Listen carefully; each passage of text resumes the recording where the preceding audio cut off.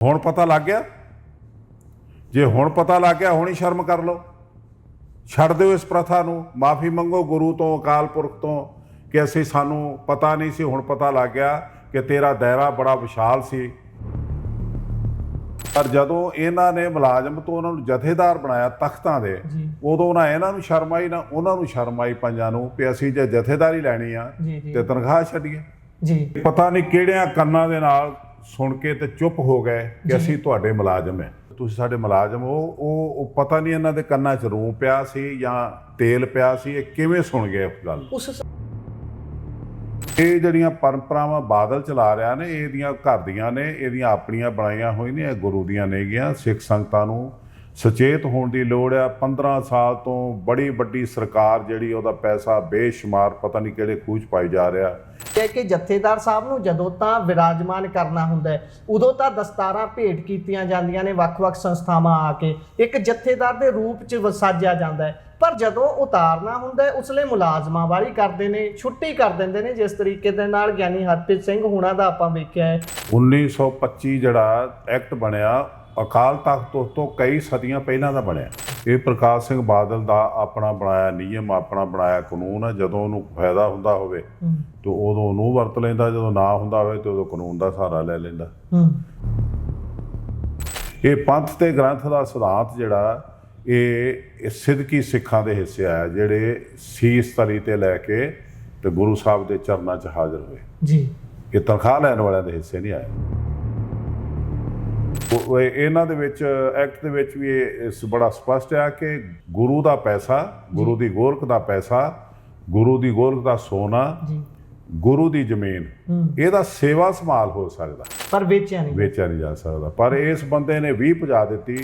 ਤੇ ਮੈਂ ਜਿੰਨੀ ਦੇਰ ਵੀ ਅਕਾਲ ਤਖਤ ਤੇ ਰਿਹਾ, ਮੈਨੂੰ ਕੋਈ ਪ੍ਰਬੰਧਕ ਕਮੇਟੀ ਜਾਂ ਕੋਈ ਲੀਡਰ ਜਾਂ ਕੋਈ ਉਹਦਾ ਅਦਾਰਾ ਇਹ ਨਹੀਂ ਕਹਿ ਸਕਦਾ ਰਣਜੀਤ ਸਿੰਘ ਨੇ ਸਾਥੋਂ ਤਨਖਾਹ ਲਈ, ਭਾਵੇਂ 1 ਰੁਪਈਆ ਵੀ ਹੋਵੇ। ਇਹਨਾਂ ਨੇ ਜਿਹੜਾ ਲੂਪ ਹੋਲ ਦਿੱਤਾ ਜਾਂ ਉਹਨਾਂ ਨੇ ਆਪ ਕੀਤਾ ਕਿ ਇਹਨਾਂ ਨੂੰ ਗ੍ਰੰਥੀ ਦੇ ਤੌਰ ਤੇ ਭਰਤੀ ਕਰਦੇ ਨੇ, ਤੇ ਜਿਨ੍ਹਾਂ ਨੂੰ ਭਰਤੀ ਕਰਦੇ ਨੇ ਉਹਨਾਂ ਨੂੰ ਉਹ ਕੱਢ ਵੀ ਸਕਦੇ ਨੇ ਜੀ। ਉਹ ਉਹਨਾਂ ਨੇ ਅਕਾਲ ਤਖਤ ਦੇ ਉੱਤੇ ਜਾ ਕੇ ਪੰਜਾਂ ਨੂੰ ਕਹਿਤਾ 4 ਦਿਨ ਪਹਿਲਾਂ ਕਿ ਤੁਸੀਂ ਸਾਡੇ ਮੁਲਾਜ਼ਮ ਹੋ ਤੇ ਅਸੀਂ ਤੁਹਾਨੂੰ ਕੱਢ ਸਕਦੇ।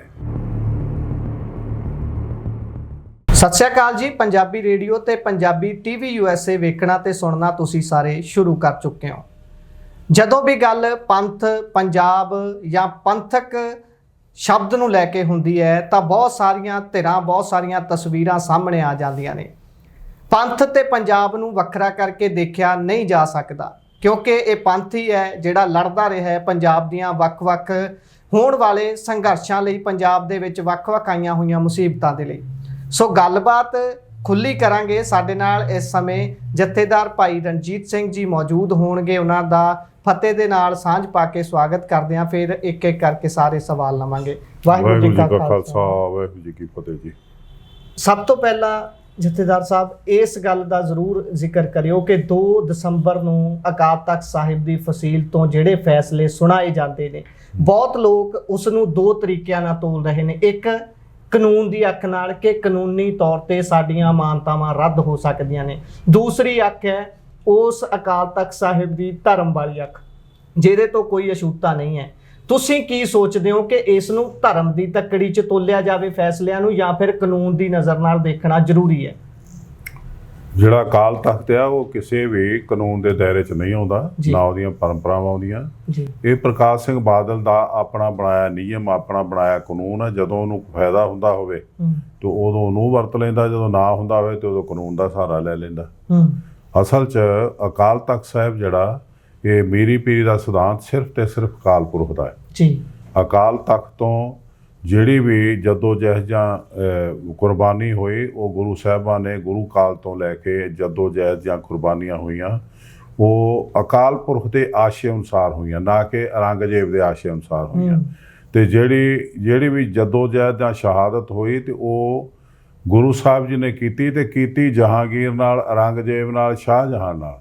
ਤੋ ਅੱਜ ਸ਼ਾਹਜਹਾਨ ਦੀ ਜਿਹੜੀ ਝੂਠੀ ਪਾਤਸ਼ਾਹੀ ਆ ਉਹਨੂੰ ਸਪੋਰਟ 'ਚ ਲਿਆ ਕੇ ਅਕਾਲ ਤਖਤ ਦਾ ਰਾਹ ਰੋਕਣਾ ਜਿਹੜਾ ਨਾ, ਇਹ ਪ੍ਰਕਾਸ਼ ਸਿੰਘ ਬਾਦਲ ਦੇ ਪਰਿਵਾਰ ਦੇ ਹਿੱਸੇ ਆਇਆ, ਹੋਰ ਕਿਸੇ ਦੇ ਨਹੀਂ। ਜਿਹੜੀ ਇਹ ਗੱਲ ਕਹੀ ਜਾ ਰਹੀ ਹੈ ਕਿ 1925 ਦੇ ਗੁਰਦੁਆਰਾ ਐਕਟ ਦਾ ਜ਼ਿਕਰ ਕਰਦੇ ਹੋਏ ਕਿ ਜਥੇਦਾਰ ਸਾਹਿਬ ਨੇ ਜਿਹੜੇ ਉਹ ਮੁਲਾਜ਼ਮ ਨੇ, ਇਹੀ ਗੱਲ ਇਹ ਲਈ ਜਾਂਦੀ ਹੈ ਕਿ ਜਥੇਦਾਰ ਸਾਹਿਬ ਨੂੰ ਜਦੋਂ ਤਾਂ ਵਿਰਾਜਮਾਨ ਕਰਨਾ ਹੁੰਦਾ ਹੈ ਉਦੋਂ ਤਾਂ ਦਸਤਾਰਾਂ ਭੇਟ ਕੀਤੀਆਂ ਜਾਂਦੀਆਂ ਨੇ, ਵੱਖ-ਵੱਖ ਸੰਸਥਾਵਾਂ ਆ ਕੇ ਇੱਕ ਜਥੇਦਾਰ ਦੇ ਰੂਪ 'ਚ ਵਸਾਜਿਆ ਜਾਂਦਾ ਹੈ, ਪਰ ਜਦੋਂ ਉਤਾਰਨਾ ਹੁੰਦਾ ਹੈ ਉਸ ਲਈ ਮੁਲਾਜ਼ਮਾਂ ਵਾਲੀ ਕਰਦੇ ਨੇ, ਛੁੱਟੀ ਕਰ ਦਿੰਦੇ ਨੇ। ਜਿਸ ਤਰੀਕੇ ਦੇ ਨਾਲ ਗਿਆਨੀ ਹਰਪ੍ਰੀਤ ਸਿੰਘ ਹੁਣਾਂ ਦਾ ਆਪਾਂ ਵੇਖਿਆ ਹੈ, ਸਾਰਾ ਸੰਦਰਭ ਹੋਇਆ ਹੈ। ਇਸ ਤੇ ਕੀ ਕਹੋਗੇ? ਕੀ 1925 ਦੇ ਐਕਟ ਦੇ ਅਧੀਨ ਆਉਂਦੇ ਨੇ ਜਥੇਦਾਰ ਸਾਹਿਬਾਨ ਜਾਂ ਫਿਰ ਉਹਨਾਂ ਦੀ ਇੱਕ ਆਪਣੀ ਪ੍ਰਭੂ ਸੱਤਾ ਹੈ?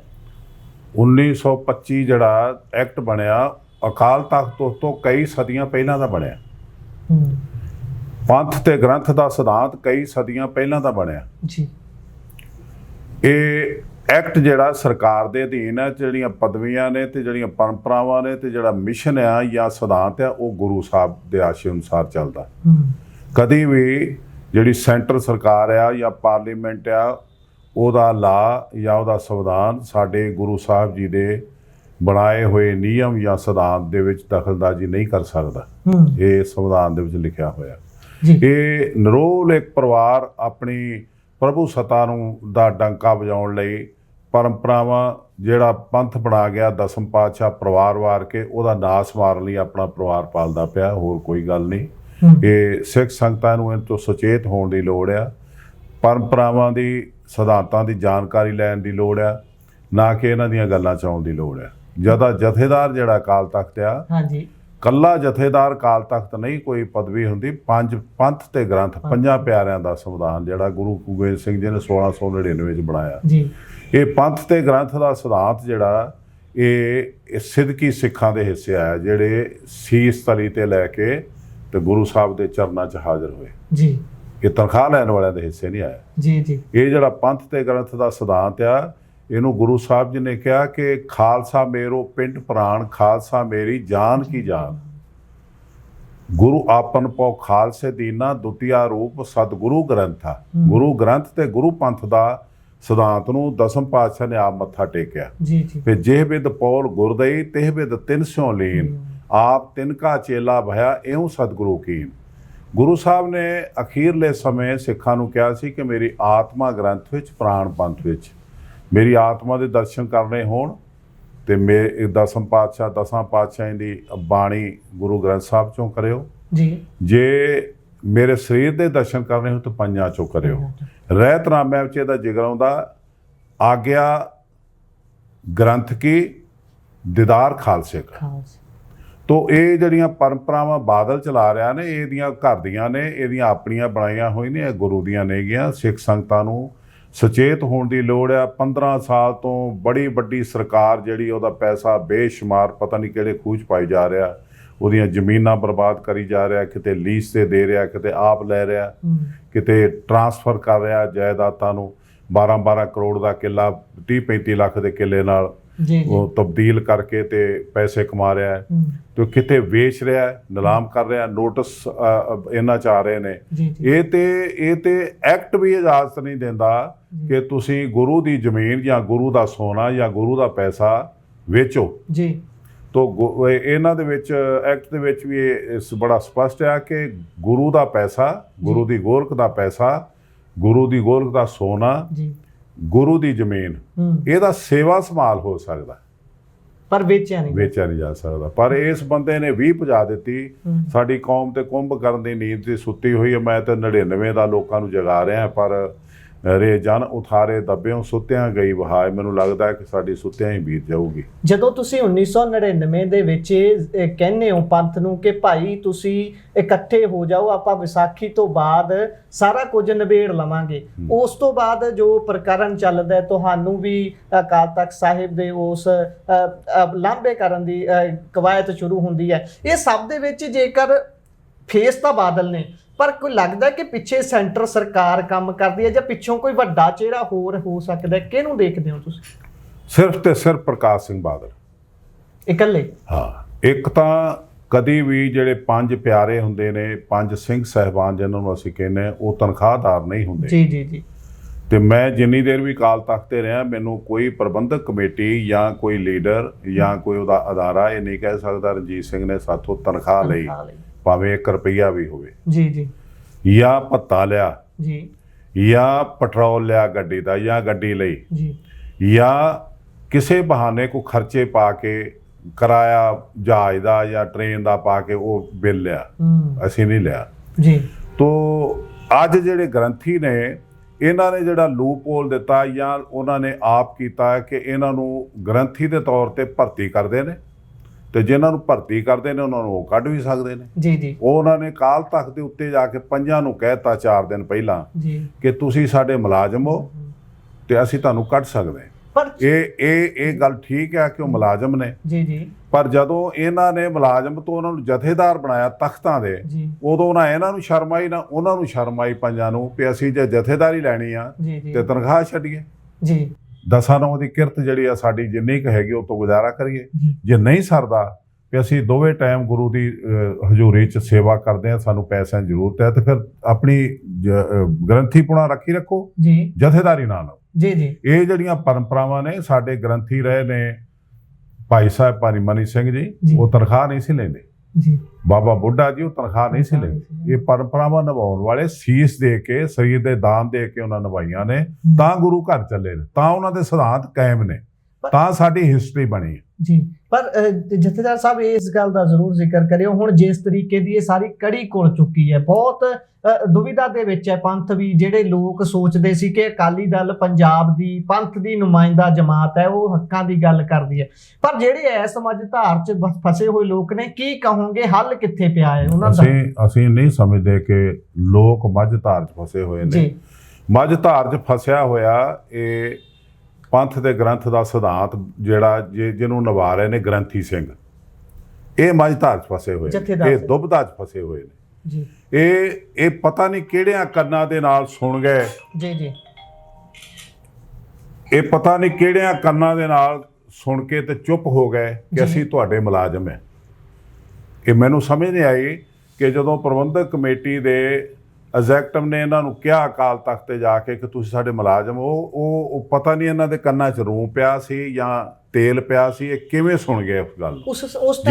ਜੇ ਇਹ ਗੁਰਬਾਣੀ ਨੂੰ ਜਾਣਦੇ ਨੇ, ਸਿਧਾਂਤ ਨੂੰ ਜਾਣਦੇ ਨੇ, ਤੇ ਨਹੀਂ ਸੀ ਸੁਣ ਸਕਦੇ। ਦੂਸਰਾ, ਕੌਮ ਨੇ ਇਹਨਾਂ ਦਾ ਰਾਹ ਦਿਖਾ ਦਿੱਤਾ ਹੈ, ਪ੍ਰਕਾਸ਼ ਸਿੰਘ ਬਾਦਲ ਦਾ, ਉਹਦੀ ਪਾਰਟੀ ਦਾ। ਜੀ ਜੀ। 5-6 ਦਫਾ ਇਲੈਕਸ਼ਨਾਂ ਹੋ ਚੁੱਕੀਆਂ ਨੇ, ਉਹਨਾਂ ਨੂੰ ਹਰਾਤਾ। ਇਹ ਹੁਣ ਜਿਹੜੇ ਗ੍ਰੰਥੀ ਭਰਤੀ ਹੋਏ ਨੇ ਤੇ ਕੀਤੇ ਨੇ ਸਿਫਾਰਸ਼ੀ ਤੇ ਕੀਤੇ ਨੇ ਇਹਨਾਂ ਨੂੰ ਸਪੋਰਟ ਕਰਨ ਲਈ, ਉਹ ਇਹਨਾਂ ਨੂੰ ਬਚਾ ਪਾਉਂਦੇ ਨੇ ਅਕਾਲ ਤਖਤ ਦੀਆਂ ਪਰੰਪਰਾਵਾਂ ਦਾ ਹਵਾਲਾ ਦੇ ਕੇ ਜਾਂ ਵਾਸਤਾ ਪਾ ਕੇ ਜਾਂ ਨਹੀਂ, ਇਹ ਆਉਣ ਵਾਲਾ ਸਮਾਂ ਦੱਸੂਗਾ। ਪਰ ਜਿਸ ਤਰੀਕੇ ਦੇ ਨਾਲ ਤੁਸੀਂ ਵੀ ਜ਼ਿਕਰ ਕੀਤਾ, 4 ਦਿਨ ਪਹਿਲਾਂ ਇੱਕ ਪੱਤਰ ਜਾਂਦਾ ਹੈ ਅਕਾਲ ਤਖਤ ਸਾਹਿਬ ਤੇ ਕਿ ਤੁਸੀਂ ਮੁਲਾਜ਼ਮ ਹੋ, ਉਸ ਤੋਂ ਬਾਅਦ ਪੱਤਰ ਨੇ ਆਪ ਜਾ ਕੇ ਕਿਹਾ, ਆਪ ਜਾਂਦੇ ਨੇ, ਲਿਖਤੀ ਵੀ ਉਹਨਾਂ ਨੇ ਦੱਸਿਆ ਕਿ ਦਿੱਤਾ ਗਿਆ।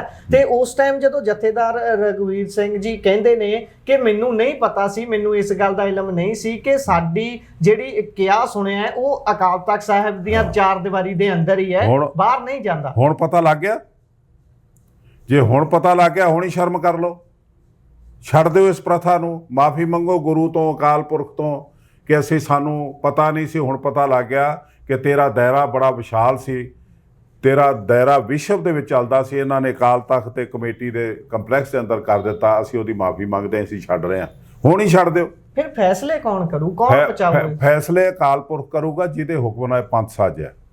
ਫੈਸਲੇ ਇਹ ਪਰਿਵਾਰ ਨਹੀਂ ਕਰ ਸਕਦਾ। ਪਰਿਵਾਰ ਨੂੰ ਤੇ ਸਰਕਾਰ ਨੇ ਜਿੰਨੀ ਕੁ ਦੇਰ ਦਾ ਸ਼ੈਲਟਰ ਦਿੱਤਾ ਹੋਇਆ, ਨਾ ਇਹ ਸਰਕਾਰਾਂ ਰਹਿਣੀਆਂ ਨਾ ਇਹ ਪਰਿਵਾਰ ਰਹਿਣਾ, ਗੁਰੂ ਦਾ ਸਿਧਾਂਤ ਰਹਿਣਾ। ਅੱਜ ਨਹੀਂ ਤੇ ਕੱਲ ਇਲੈਕਸ਼ਨ ਹੋਣੇ ਨੇ ਪ੍ਰਬੰਧਕ ਕਮੇਟੀ ਦੇ, ਸਿੱਖਾਂ ਨੇ ਇਹਨਾਂ ਨੂੰ ਦੱਸ ਦੇਣਾ ਹੈ, ਗ੍ਰੰਥੀ ਸਿੰਘਾਂ ਨੂੰ ਵੀ ਤੇ ਇਹ ਪ੍ਰਬੰਧਕ ਕਮੇਟੀ ਦੇ ਵਾਰਸਾਂ ਨੂੰ ਵੀ, ਬਾਦਲਕਿਆਂ ਨੂੰ ਵੀ, ਕਿ ਤੁਸੀਂ ਕਿੱਥੇ ਖੜੇ ਹੋ, ਇਹ ਪੰਥ ਕਿਹਦਾ ਹੈ ਤੇ ਤੁਸੀਂ ਆਪਣੇ ਆਪ ਨੂੰ ਕੀ ਸਮਝਦੇ। ਜਿਹੜੇ ਪੰਥ ਇਹ ਅਕਾਲੀ ਦਲ ਦੇ ਕੋਲੋਂ ਵੱਖਰੇ ਹੋਏ ਨੇ, ਜਿਨ੍ਹਾਂ ਨੂੰ ਸੁਧਾਰਕ ਕਿਹਾ ਜਾਂਦਾ, ਸੁਧਾਰ ਲਹਿਰ ਵਾਲੇ, ਕੀ ਲੱਗਦਾ ਉਹ ਵੀ ਸਾਰੇ ਰਲ ਮਿਲ ਗਏ ਜਾਣਗੇ ਜਾਂ ਫਿਰ ਆਪ ਹੀ ਅਲੱਗ ਕੀਤੇ? ਦੇਖੋ, ਇਹਨਾਂ ਦੀ ਰਾਜਨੀਤੀ 'ਚ ਨਾ ਅਸੀਂ ਪਹਿਲਾਂ ਆਏ ਤੇ ਨਾ ਅਸੀਂ ਪਹਿਲਾਂ ਵੀ ਇਕੱਠੇ ਰਹੇ ਤੇ ਹੁਣ ਵੀ ਇਕੱਠੇ ਹੀ ਨੇ। ਅਸੀਂ ਇਹਨਾਂ ਨੂੰ ਦੋ ਦੇਖਦੇ ਹੀ ਨਹੀਂ, ਇੱਕੋ ਸਿੱਕੇ ਦੇ ਦੋ ਪਾਸੇ ਨੇ ਜੀ। ਅਸੀਂ ਦੇਖਿਆ ਕਿਤੇ ਤੈਸ਼ ਵਿੱਚ ਆ ਕੇ ਜਾਂ ਪਲਾਨਿੰਗ ਅਧੀਨ ਛੱਡਿਆ ਵੀ ਹੈ ਤਾਂ ਫਿਰ ਚਲੇ ਗਏ ਉੱਥੇ, ਨਹੀਂ ਹੁਣ ਫਿਰ ਜਾ ਸਕਦੇ। ਤੋ ਇਹਦੇ 'ਚ ਸਾਨੂੰ ਨਹੀਂ ਕੁਝ ਨਾ ਉਹੀ ਕੁਝ ਕਹਿਣਾ ਚਾਹੁੰਦੇ ਆ। ਅਸੀਂ ਤੇ ਸਾਡੀ ਜਿਹੜੀ ਕੋਸ਼ਿਸ਼ ਆ ਜਾਂ ਸਾਡੀ ਪੇਨ ਆ ਉਹ ਇਹੀ ਆ ਕਿ ਦਸਮ ਪਾਤਸ਼ਾਹ ਨੇ ਗੁਰੂ ਨਾਨਕ ਸਾਹਿਬ ਤੋਂ ਲੈ ਕੇ 239 ਸਾਲ ਦਾ ਸਫ਼ਰ ਕੀਤਾ, ਉਹ ਸ਼ਹਾਦਤਾਂ ਦਾ ਸਫ਼ਰ ਆ। ਉਹਨਾਂ ਦੇ ਬੱਚਿਆਂ ਦੇ ਸਰੀਰ ਦਾਨ ਦਿੱਤੇ ਉਹਨਾਂ ਨੇ, ਗੁਰਪਿਤਾ ਦਾ, ਮਾਤਾ ਦਾ, ਮਾਮੇ ਦੇ ਪੁੱਤ, ਭੂਆ ਦੇ ਪੁੱਤ। ਇਹ ਗੁਰੂ ਹਰਗੋਬਿੰਦ ਪਾਤਸ਼ਾਹ ਨੇ ਜਿਹੜੇ ਚਣੇ ਚਬਾਏ ਲੋਹੇ ਦੇ ਮੁਗਲਾਂ ਨੂੰ, ਜੀ ਗੁਰੂ ਅਰਜਨ ਦੇਵ ਜੀ ਦੀ ਸ਼ਹਾਦਤ, ਜਿਹਦੀ ਸ਼ਹਾਦਤ ਦੇ ਕਰਕੇ ਉਹ ਸਦਕਾ ਉਹ ਸ਼ਹੀਦਾਂ ਦੇ ਸਰਤਾਜ ਖਵਾਏ। ਜੀ ਇਹ ਸਦੀਆਂ ਦਾ ਬੜਾ ਲੰਬਾ ਸਫ਼ਰ ਆ। ਉਹ ਸਫ਼ਰ ਜਿਹੜਾ ਉਹ ਪ੍ਰਮਾਤਮਾ ਦੀ ਕਿਰਪਾ ਨਾਲ ਅਜਾਈ ਨਹੀਂ ਜਾ ਸਕਦਾ। ਉਹਨੂੰ ਥੋੜ੍ਹੀ ਦੇਰ ਲਈ ਕੋਈ ਰਾਹ ਰੋਕ ਸਕਦਾ ਹੈ ਜਾਂ ਸਿੱਖਾਂ ਦੇ ਵਿਸ਼ਵਾਸ ਨੂੰ ਵਿਸ਼ਵਾਸ ਦਾ ਘਾਤ ਕਰਨ ਲਈ ਸਮਾਂ ਲੈ ਸਕਦਾ, ਲੇਕਿਨ ਇਹ ਨਹੀਂ ਹੋ ਸਕਦਾ ਕਿ ਉਹ ਖਤਮ ਹੋ ਗਿਆ। ਜੀ ਅੰਤ ਦੇ ਵਿੱਚ ਸਮੇਂ ਦੀ ਘਾਟ ਹੋਣ ਕਰਕੇ ਸਿੱਖ ਸੰਗਤਾਂ ਨੂੰ ਕੀ ਅਪੀਲ ਕਰਨਾ ਚਾਹੁੰਦੇ? ਸਿੱਖ ਸੰਗਤਾਂ ਨੂੰ ਅਸੀਂ ਇਹੀ ਅਪੀਲ ਕਰਾਂਗੇ ਕਿ ਤੁਸੀਂ ਗੁਰੂ ਨਾਨਕ ਸਾਹਿਬ ਦੇ ਮਿਸ਼ਨ ਨੂੰ, ਦਸਮ ਪਾਤਸ਼ਾਹ ਦੇ ਖਾਲਸਾ ਧਰਮ ਨੂੰ ਸਾਹਿਬਜ਼ਾਦਿਆਂ ਨੇ ਆਪਣੇ ਸਰੀਰਾਂ ਤੇ ਛੁਰੀਆਂ ਸਹਾਰ ਕੇ ਬਚਾਇਆ। ਸਾਹਿਬਜ਼ਾਦੇ ਬਹੁਤ ਛੋਟੀ ਉਮਰ ਦੇ ਸਨ ਤੇ ਉਹਨਾਂ ਨੂੰ ਇੱਕੋ ਹੀ ਉਦੋਂ ਸਜ਼ਾਵਾਂ ਜਾਂ ਜਿਹੜੀ ਜ਼ਿੰਦਗੀ ਵਾਪਸ ਦੇਣ ਦੀ ਇੱਕੋ ਹੀ ਸ਼ਰਤ ਹੁੰਦੀ ਸੀ, ਜਾਂ ਇਸਲਾਮ ਕਬੂਲ ਕਰੋ ਜਾਂ ਮੌਤ। ਤੋਂ ਛੋਟੇ ਸਾਹਿਬਜ਼ਾਦਿਆਂ ਨੇ ਵੱਡਾ ਫੈਸਲਾ ਕਰਕੇ ਸੂਬੇ ਸਰਹੰਦ ਨੂੰ ਕਿਹਾ ਕਿ ਅਸੀਂ ਆਪਣੇ ਦਾਦੇ ਦੀ ਤਰ੍ਹਾਂ ਮੌਤ ਕਬੂਲ ਕਰਦੇ ਹਾਂ। ਫਿਰ ਉਹਨਾਂ ਨੂੰ ਕਰੋ ਜਿਬਾ ਇਨ ਮਾਰੋ ਜਾਣ ਦਾ ਹੁਕਮ ਹੋਇਆ। ਉਹ ਇਤਿਹਾਸਕਾਰ ਲਿਖਦਾ, ਹੁਤੋਂ ਉਹਾਂ ਥੇ ਛੁਰਾਵਾਰੋ ਦੇ ਗੋਡੇ ਹੇਠ ਕਰ ਜਿਬਾ ਡਾਰੋ, ਤੜਪ ਤੜਪ ਗਈ ਜਿੰਦ ਉਡਾਏ, ਇਹ ਸ਼ੀਂ ਖੋਰ ਦੋਏ ਦੈਕਤ ਲਾਏ। ਇਹ ਦੋਵੇਂ ਬੱਚਿਆਂ ਨੇ ਸ਼ਹਾਦਤ ਦੇ ਕੇ ਸਾਨੂੰ ਕੌਮੀ ਰੁਤਬਾ ਬਖਸ਼ਿਆ, ਸਾਡੇ ਸਿਰਾਂ ਤੇ ਦਸਤਾਰ ਬਖਸ਼ੀ।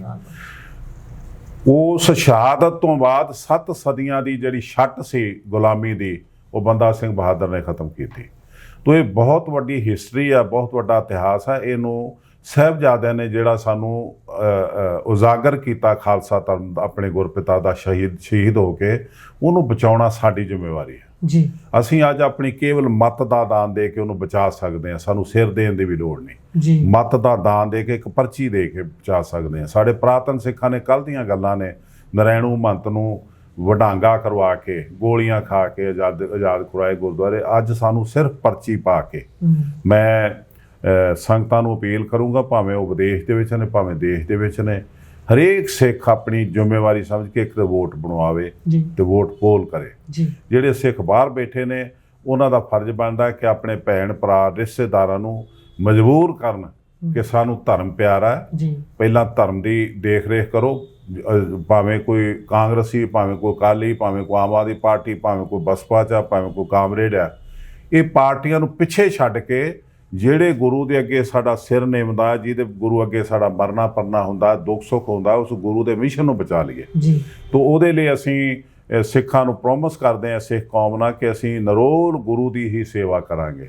ਕਿਸੇ ਰਾਜਨੀਤੀ ਪਾਰਟੀ ਨਾਲ ਰਲ ਕੇ ਜਾਂ ਰਾਜਨੀਤਿਕ ਆਪਣੇ ਮੁਫਾਦ ਲਈ ਰਾਜਨੀਤੀ ਨਹੀਂ ਕਰਾਂਗੇ, ਨਾ ਕਿਸੇ ਨੂੰ ਕਮੇਟੀ 'ਚ ਕਰਨ ਦਿਆਂਗੇ। ਜੇ ਸਾਨੂੰ ਤੁਸੀਂ ਮੌਕਾ ਦਿੱਤਾ ਤੇ ਸਾਨੂੰ ਮੌਕਾ ਦਿਓਗੇ, ਅਸੀਂ ਗਰੀਬ ਬੱਚੇ ਜਿਹੜੇ ਅੱਜ ਈਸਾਈ ਬਣਦੇ ਜਾ ਰਹੇ, ਉਹਨਾਂ ਦੀ ਐਜੂਕੇਸ਼ਨ ਵੱਲ ਧਿਆਨ ਦਿਆਂਗੇ। ਪਹਿਲ ਦੇ ਆਧਾਰ ਤੇ ਸਭ ਤੋਂ ਪਹਿਲਾਂ ਸਿਧਾਂਤ ਬਚਾਵਾਂਗੇ, ਜਿਹੜੇ ਸਿਧਾਂਤ ਦਸਮ ਪਾਤਸ਼ਾਹ ਨੇ ਬਣਾ ਕੇ ਉਹਨਾਂ ਨੂੰ ਮੱਥਾ ਟੇਕਿਆ। ਗੁਰੂ ਹਰਗੋਬਿੰਦ ਪਾਤਸ਼ਾਹ ਨੇ ਮੀਰੀ ਪੀਰੀ ਦਾ ਤਖਤ ਦਿੱਤਾ ਸਾਨੂੰ। ਇਹ ਸਿਧਾਂਤ ਜਿਉਂਦੇ ਹੋਣਗੇ, ਤਕੜੇ ਹੋਣਗੇ, ਤੇ ਕੌਮ ਜਿਹੜੀ ਆ ਉਹ ਚੜ੍ਹਦੀ ਕਲਾ 'ਚ ਰਹੂਗੀ। ਕੌਮ ਦੇ ਕੋਈ ਵੀ ਸਾਡੇ ਮਸਲੇ ਇਹ ਨਹੀਂ ਹੋ ਸਕਦਾ ਲਟਕ ਜਾਣ, ਉਹਨਾਂ ਨੂੰ ਕੋਈ ਹੱਲ ਨਾ ਕਰੇ, ਸਾਨੂੰ ਕੋਈ ਬੇਵਕੂਫ ਬਣਾ ਜੇ। ਕੋਈ ਲੀਡਰ ਦੀ ਹਿੰਮਤ ਨਹੀਂ ਕਿ ਸਾਡੀ ਕੌਮ ਨਾਲ ਗੁਜ਼ਾਰੀ ਕਰ ਜਾਏ, ਸਾਡੀ ਕੌਮ ਦਾ ਸਰਮਾਇਆ ਲੁੱਟ ਕੇ ਤੇ ਬਾਦਸ਼ਾਹੀ ਭੋਗ ਲਵੇ। ਜੀ ਬਹੁਤ ਬਹੁਤ ਧੰਨਵਾਦ ਤੁਹਾਡਾ ਸਮਾਂ ਦੇਣ ਲਈ। ਵਾਹਿਗੁਰੂ ਜੀ ਕਾ ਖਾਲਸਾ, ਵਾਹਿਗੁਰੂ ਜੀ ਕੀ ਫਤਿਹ।